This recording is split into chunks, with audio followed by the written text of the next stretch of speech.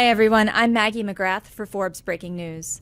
Much of the U.S. is in a heat wave this week, and there could be serious ramifications for air travelers. Here to explain more is Suzanne Kelleher, one of my colleagues here at Forbes. She's a staff writer who covers travel and trends and news for us. Suzanne, thanks for joining. Thanks for having me. So you have a story. I love this headline. I love it as a reader. I dislike it as a traveler. Why this week could be hell for air travelers. So let's just start with the obvious why. Why is this week going to be so bad for air travel? Well, weather patterns can wreak just chaos with the air travel system in the United States. So this week we have a heat dome over much of the Midwest and the Northeast, triple digit temperatures, and what that does is it makes it harder for planes to take off because the air molecules are less dense. It takes the plane more energy to actually get the thrust. So what ends up happening is that in areas where there might be something like a shorter runway or a mountain or maybe a runway that takes up over the ocean, they might not have enough room. So that can lead to delays, and it can lead to airlines having to bump passengers off of flights to get the weight down off planes. Okay, I want to break this down because I am not a scientist, and you did have a source who told you that with extreme heat, the runway effectively becomes too short. So just to make sure we're all super clear on that, it's basically Go ahead. It's not everywhere. It's in places like he used the example of Phoenix, right? So Phoenix, obviously in Arizona, gets super hot. It's surrounded by mountains. So you can't just lengthen a runway. And if it gets to a certain temperature, and every plane make and model is different, every runway is a different length. There's no kind of standard runway length. So in some parts of the country, what ends up happening is it's too hot for the planes to actually take off. They don't have enough runway. That's kind of the extreme, but it's much more common that they just say, well, we just need to reduce our payload. We need to either get rid of passengers. That means, they offer to bump. They might give you a credit and they say, we need, volunteers, 10 passengers to get off the plane with their bags. But that delays flights too, right? So the major problem that potentially travelers will encounter are delays. It just is something that they have to kind of wiggle around a little bit more. And then the second issue is that when you have a very hot day and you have delays, there's a bigger chance that you'll end up with your plane stuck on the tarmac for hopefully not very long while you're waiting to go out and take off. But sometimes delays cause these traffic jams, and you have a plane on the tarmac, sometimes for an hour, sometimes 2 hours. At 3 hours, they need to let you off because there's no air conditioning. There's no way of getting air into the plane. So that can be quite uncomfortable too if that happens. I've been there, although not for 3 hours, and I think the record, or at least a record, was last year a plane sat for 7 hours at Newark. Is that correct? Right, and that was extreme. But the same month, last July, that was a United flight at Newark. There was a Delta flight at Las Vegas at 111 degrees, sat for 4 hours. People were vomiting, people were passing out, 2 people went to the hospital. So, I mean, these are extremes. I fingers crossed that's not going to happen during this week. But it is, it's just an uncomfortable, it can be uncomfortable, even if you're there an hour or 45 minutes waiting to take off with no air conditioning. Planes don't have the way that planes cool off, their cooling system, they need to be in the air. And so, when you're boarding the plane and you're still connected to the gate, they have a tube that goes into the plane, blowing cold air in. It's all very comfortable. Once they detach from that tube, there's no way for a plane to cool itself down until it gets in the air. Obviously, once it's at 40,000 feet, the air temperature outside, it's still bringing in air from outside. That's how it works, and the air temperature is sub-zero at that point. So then it's a matter of heating up the air to make it comfortable. But while they're either taxiing on the runway or once you land, sometimes too, you have the same thing. I've had this happen. I'm sure everybody's had it happen where your plane lands and then you wait. And if the temperatures are super hot, that can get uncomfortable. It's really interesting that you talk about the air and the ability to cool the plane. So you essentially are describing a situation where it is so hot on the ground that the planes need more thrust to get off the ground. So certain runways, certain planes may not be able to get off the ground. But in the meantime, they need to be able to get off the ground in order to kickstart the AC. Exactly. Exactly. Oh my goodness. And what's really interesting is, as a traveler, I always know to look out for rainstorms and thunderstorms. You know, if I have any control over my schedule, I look at the long range forecast, or as long as is available when I'm booking, and I try to plan around that.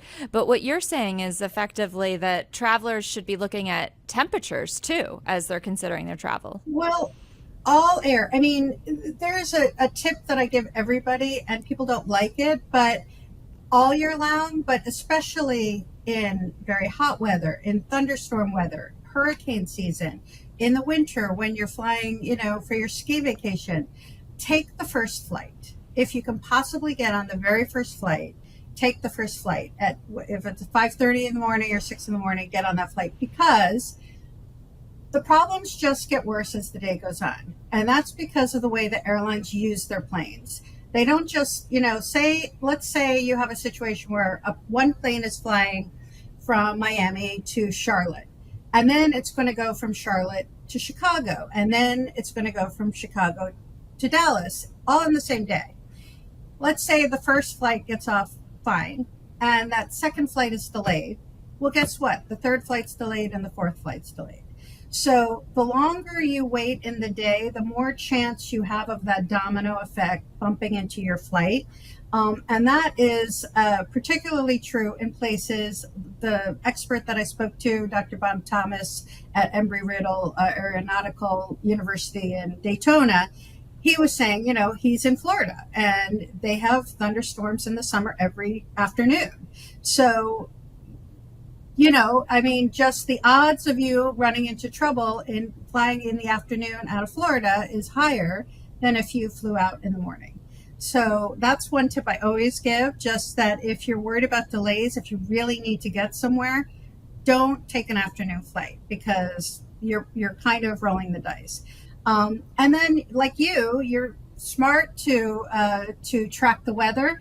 There's an app I love called FlightAware, and they have a feature called Find My Plane. And that can tell you about the situation I just described, where let's say you're supposed to be on the Chicago to Dallas flight.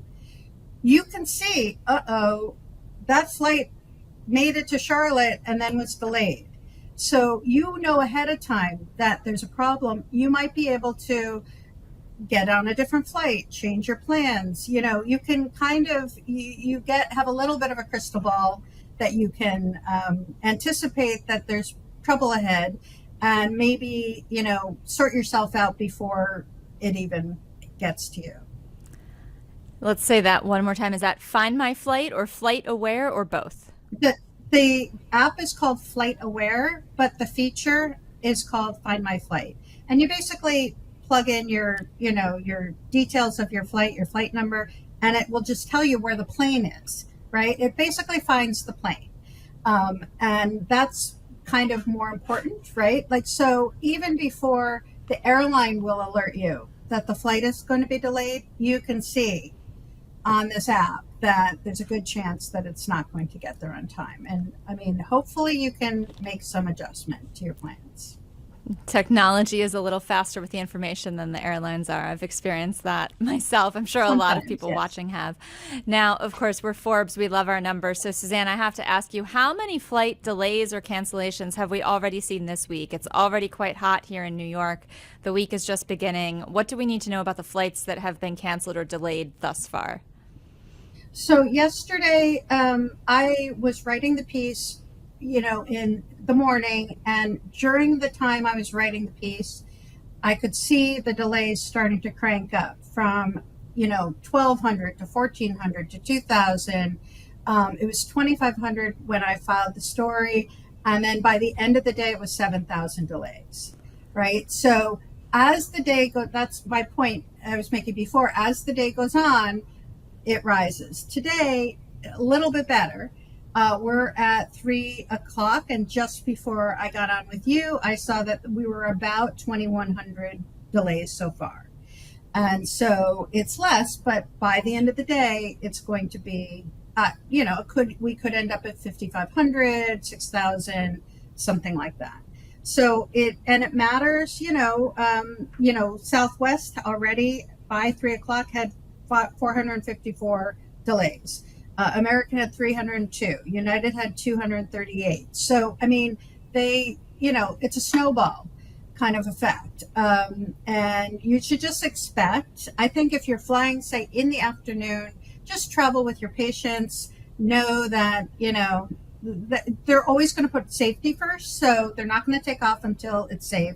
If they ask for people to be bumped, that's because they need to get less weight on the plane. And they know what they're doing. So hopefully people will volunteer and just do that. But it's just a fact of summer travel. It seems to get worse every summer. We are in hurricane season right now. We have thunderstorms all over the place, and we're in a heat wave. So, I was going to ask, we've been speaking with the folks at AccuWeather who are predicting a number of heat waves this summer. What's your expectation for air travel for the summer as a whole? Is it just going to be a terrible summer for the airports? Well, I mean, I'm a little bit sympathetic to airlines when it's weather induced, because they can't do anything about that, right? And I think, usually handle these situations pretty well. We're not seeing the airline inflicted problems that we did from a couple of years ago and this year or last year because of things like shortages, and there weren't enough pilots, there weren't enough some of the parts, the planes, etc. A lot of those issues have been sorted out, mostly. So it's really weather, right? And I mean, one thing I would say is, don't fly to the Caribbean in the middle of September. That's the peak hurricane season. I mean, you can kind of guess. But the problem is that even if your locality, you go outside and you say it's a beautiful day and the temperature is a mild 73.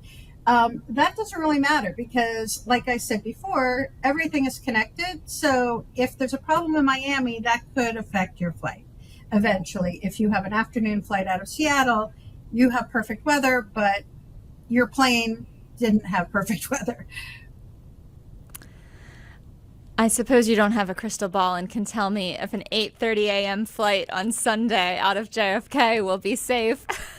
I think it's going to be pretty okay, because the weather's supposed to break, I think, Friday. And you're taking a morning flight, so that's all good. So I think you're in good shape.